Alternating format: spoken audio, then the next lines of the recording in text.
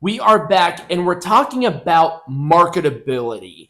And with Hulk Hogan passing away, obviously, I would say the most successfully marketed wrestler of all time. Yes. Let's talk about different parts of maybe why this is important. Yes. Because maybe AEW can learn a lesson or two in how to market wrestlers. Exactly. Marketability is detriment. It's paramount to not only the success of that wrestler's career, but also with the success of the company. Right.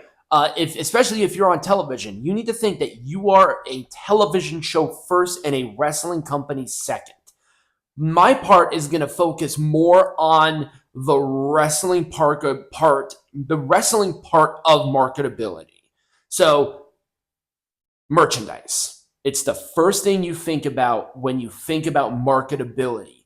And wrestling has been on the forefront of marketability for merchandise pretty much since square one. Because it's all about characters. Right. And when you have a character, when you play a character on a television show, like what wrestling is, then you can market it. But not just that, but if you have an interesting gimmick on the indies, you can do that by going with Pro Wrestling Tees. Right. Because Pro Wrestling Tees just doesn't do t-shirts. They have like the little micro buddies and they have like a lot of other merch. Yeah. Look at how people marketed themselves to become the success that they are, like Danhausen. Right. That's marketability. Let's look at action figures. Kamala's little moon belly figure is still the most sought after wrestling figure of all time right now. Vintage wrestling toy collectors exist. I mean, it's kind of a fun little channel to sort of go back to and watch is the Major Brothers with their vintage toy thing. I think that's a lot of fun to watch.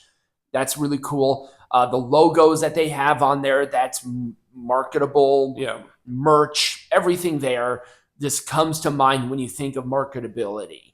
And these sorts of things showcase how successful you are if you are able to market yourself or if the company is able to market you successfully. Yeah. Now, Kamala did Kamala way before he actually joined WWF. But he was hired in part because of his marketability. Right. Kind of like Hulk Hogan was. Now, Hulk Hogan was hired from AWA because Vince McMahon saw the potential in his marketability. Exactly. And marketability will ebb and flow based on the eras. Yes. So Bruno, like in the golden era of pro wrestling with like the Bruno, 80s. Right. No, not the, I'm talking about like the 60s. Oh, okay. So and that the 50s, first golden era. Right. Like the Goldust Trio, Bruno Sammartino, Billy Graham, these sorts of colorful characters, they didn't have the benefit of action figures and maybe not the very early television, but that's still marketable because you don't sell out Madison Square Garden over 100 times if you're not marketable. So, and let's look at stuff outside of wrestling. A perfect example is the yes chants. And I would say that is the earliest form of marketability from wrestling that transitioned to outside of it. I wouldn't say that, but what would you say was to this level? Let's put it that way. This is not. But anyways, I'm not going to name it, but I know that stuff like this existed long before. I'm not. I said newest, not before. No, newest. There have been stuff afterwards too. Am I just missing it? We probably are. Am I an idiot? Well, I am, but that's beside the point. Another one, Joe Hendry.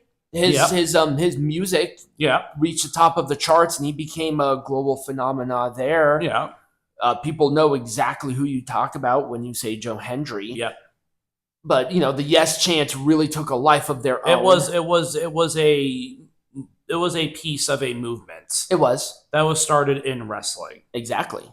Just by something really stupid. How pro wrestling, with its obvious marketability, changed the face of other things like television. And I feel like I bring up Gorgeous George a lot when it comes to our channel, but he is such a instrumental part of how to do the wrestling thing.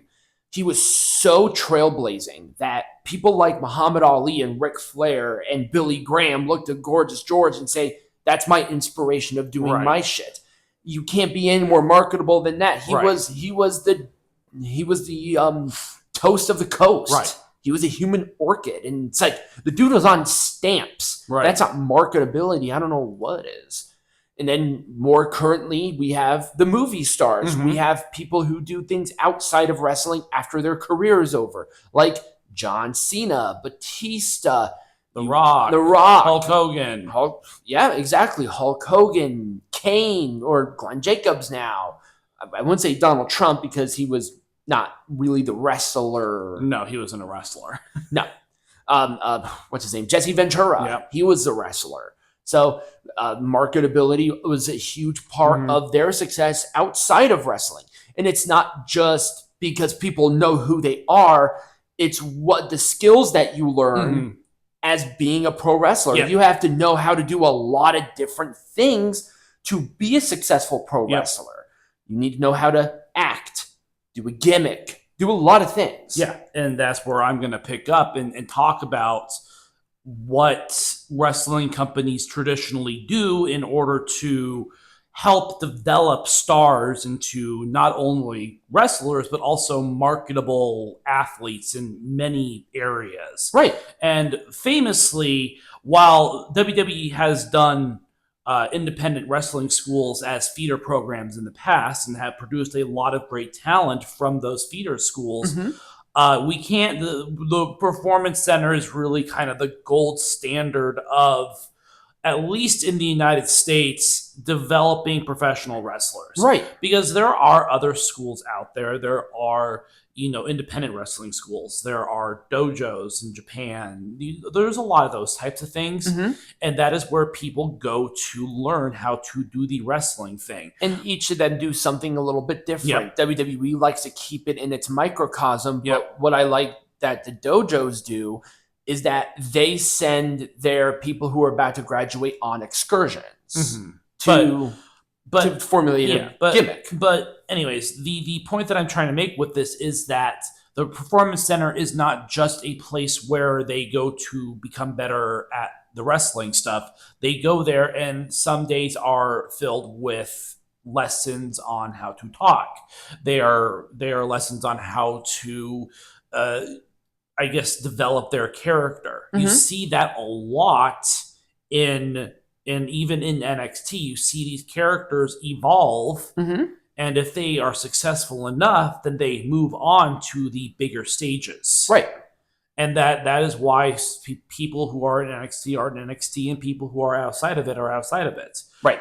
And there is no parallel to a system like that, where you're kind of guided, like you're taken in by the hand. And I think the reason that WWE does something like this is because they have a propensity of gathering athletes from outside of the professional wrestling world. Right.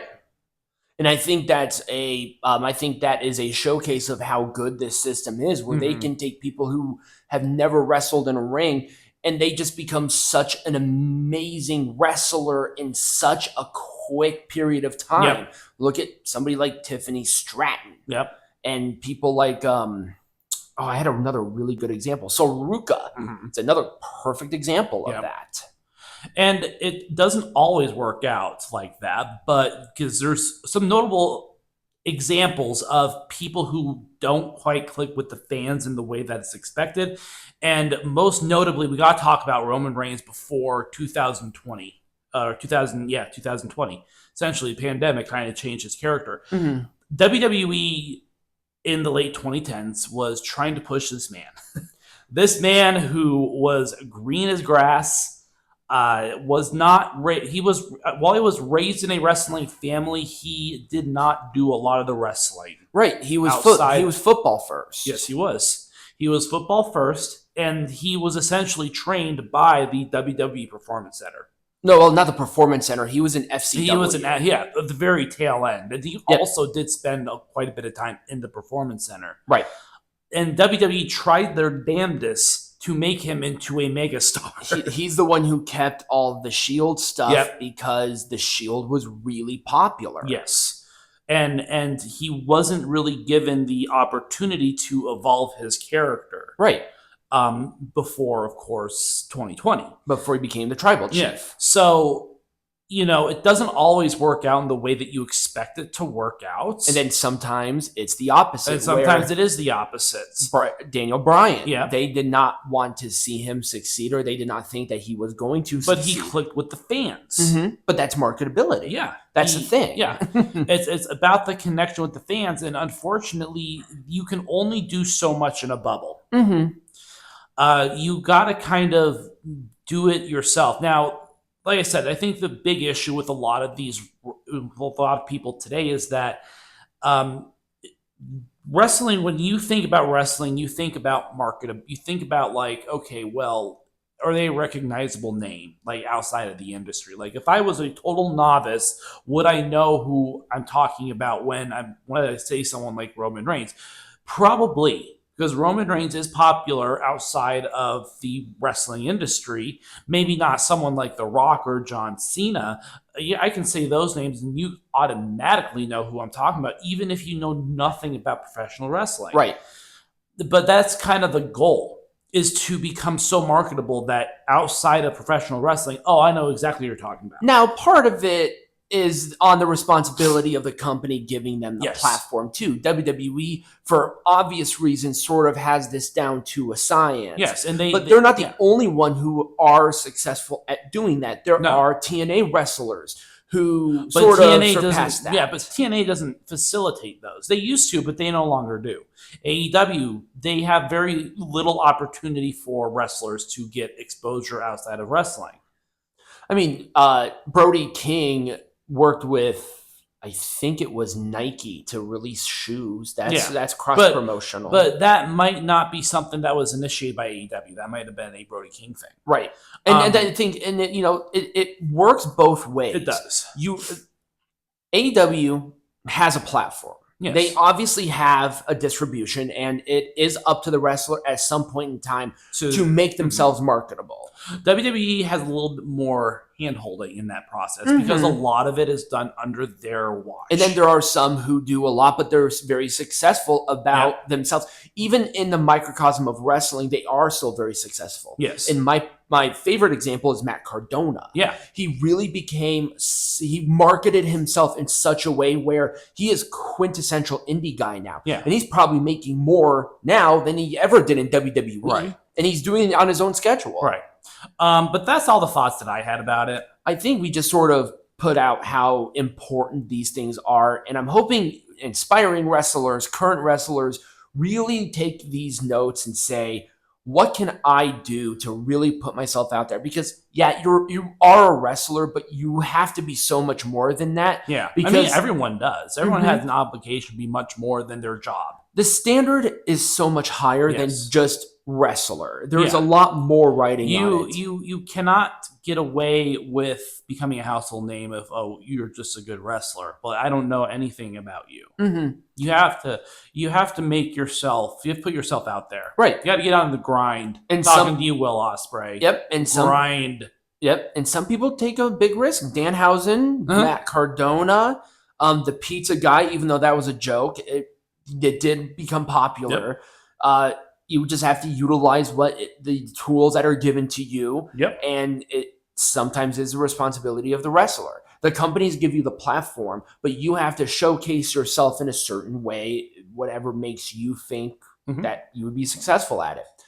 That was really it. No match yet, but we will get back onto that. This was the first normal show.